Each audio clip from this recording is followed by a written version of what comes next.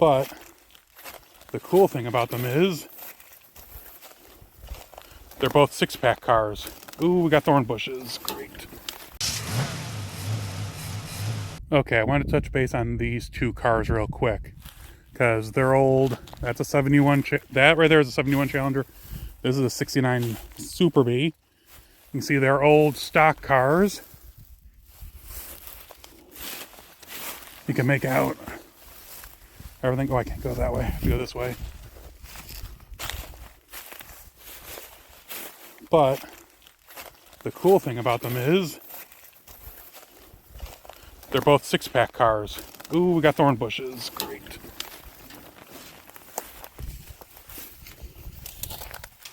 There's Seth. That is a 71 Challenger RT six-pack car.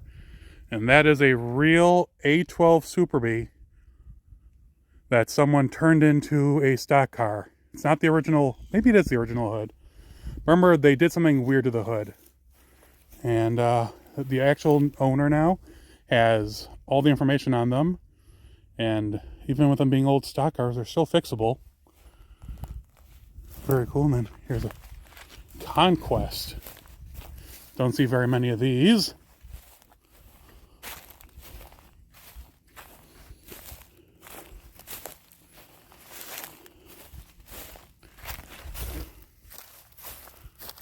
More turbo stuff. Another GLH. And a Duster. And we'll finish off this row with something rather unique.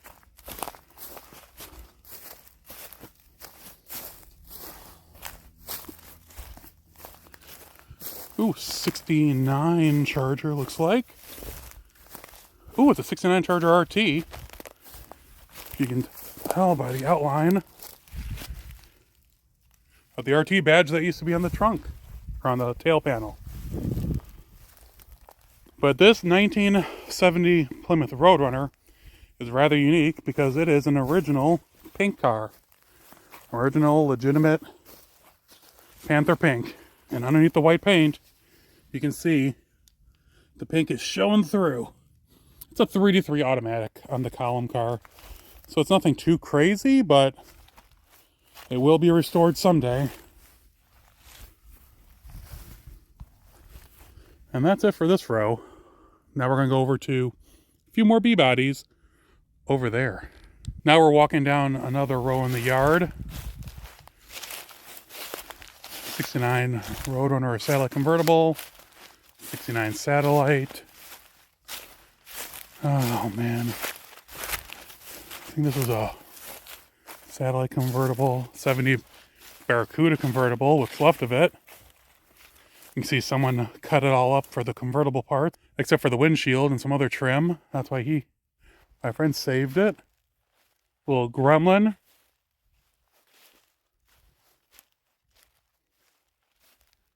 Then we have a Dodge wagon.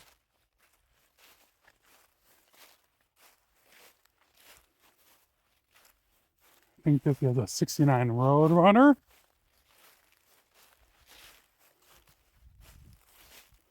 69 70 Super B. You can see, ooh, it's a white car with a red butt stripe.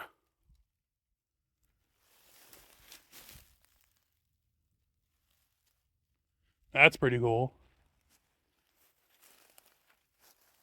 I believe that was a 3D3 car. A few more Satellites and Roadrunners.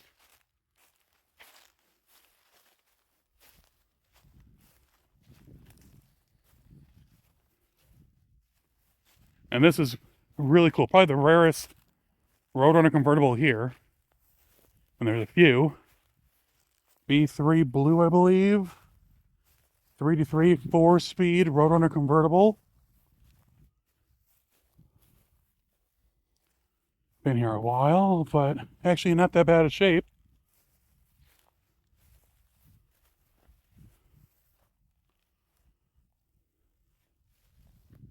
Pretty cool car. A lot of these were saved from like R&R Salvage and a few other locations.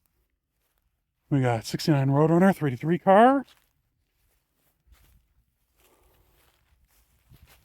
70 Roadrunner. That right there is a 68 Coronet RT.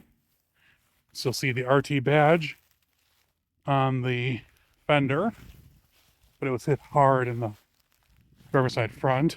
Another 68 Coronet. 69 Coronet. Actually, I think that's a Super B. Another 76 pack Roadrunner. You can see the air grabber. Still on the car. Another 69, 68 Satellite.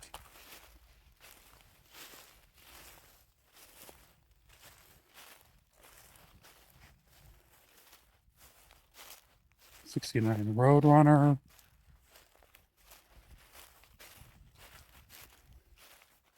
Oh, this is the cool one I wanted to end with. Over here. Not the 69 Coronet RT. No. 68 Coronet RT triple black.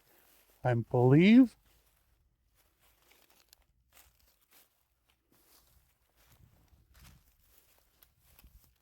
You can just make out the butt stripe on it. But cool car. A lot more to go, to say the least.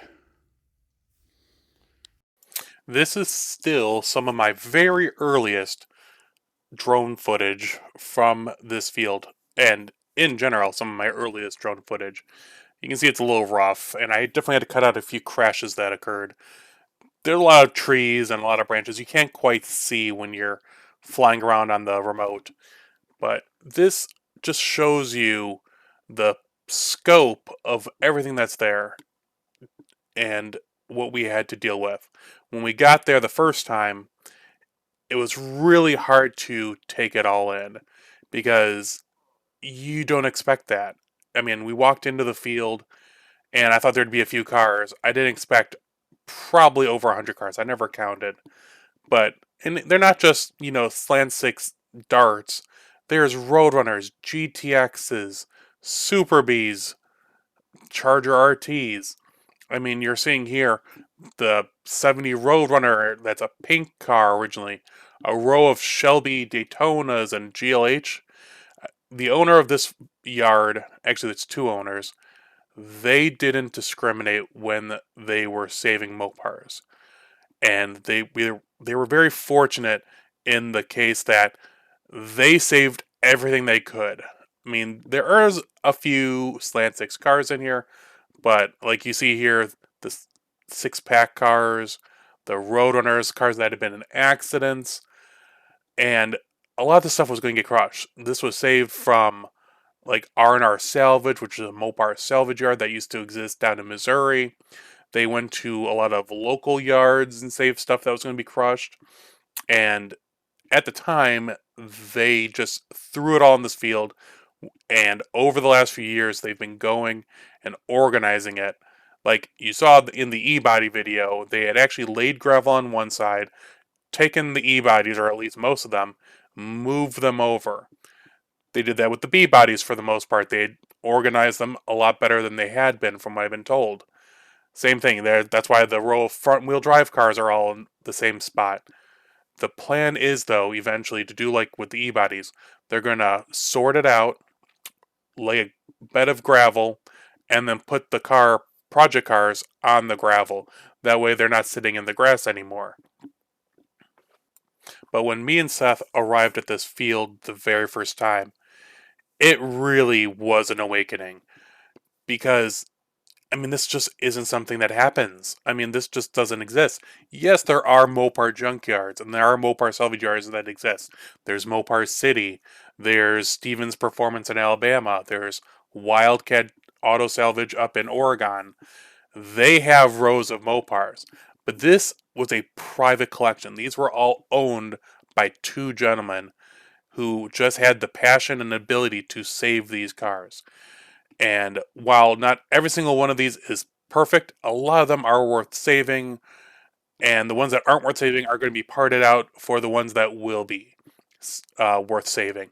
You'll see in a future video all the cars they have at their storage facility that they're working on, because these guys have enough money that they've been restoring cars for fun for the last about decade. And that's why they've been buying all these Project Mopars, is to take the parts off of these cars that they need, and put them on the cars that need it. Like, that's a 69 Charger RT. They have, I think, 7 or 8 other ones that needed parts. So they saved the one that was in the accident.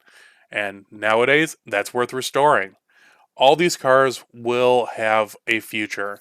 It may not be perfect, it may not be what we want, but they will have a future either as parts cars for, the rare projects, or they're going to finally get pulled out and sold to finance other project cars. Because not every single one of these the owner wants to keep. There is a certain few that they do plan on keeping, like this B3 69 Roadrunner convertible. Probably not the GLH, but these cars are in a lot better shape than they would have been in if the owners hadn't taken the time and money to save them from a much worse fate.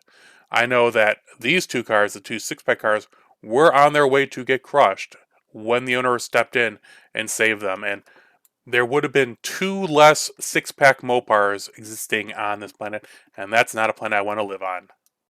Hey everyone, hope you enjoyed that video from my friend's field.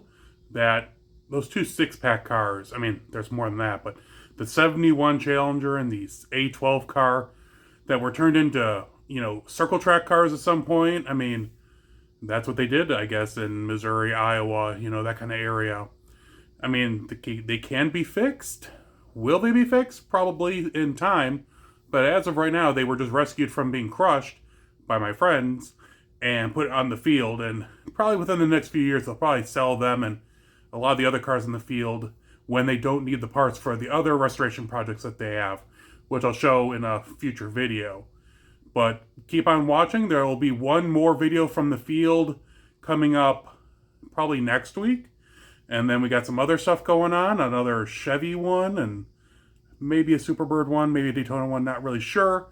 But I just got back from Woodward Dream Cruise, and that was a lot of fun. Actually, I didn't make it to the actual Dream Cruise. I was there from Roadkill Nights all the way through Friday at the M1 Concourse. I went to their Dream Show, which was a lot of fun.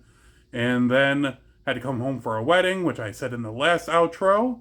And then this week, we had that whole heat dome was right over Chicago, and so it was 110 in the shade, basically, even here near the lake.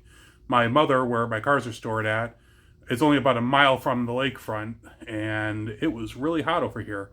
So nothing's been going on other than working on computer projects for the most part. But the weather's supposed to break, so I'm hoping to work on the green car here shortly.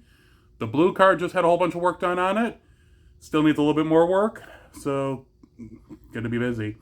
What's next? Next, probably, Dubuque is actually, it will be Sunday, which was the day that just came before this. And then probably Moparty in Kentucky will be my next big show. And the weekend after Moparty is Jefferson, and I'll have a booth set up for that. So I'll be around. So if you guys want to come and chat, just drop me a line in the description below, or in the comments below. I'll be more happy to talk to you. I'll let you know where I'm going to be, and I'll post some more information. Otherwise, I'll talk to you all soon. Stay safe.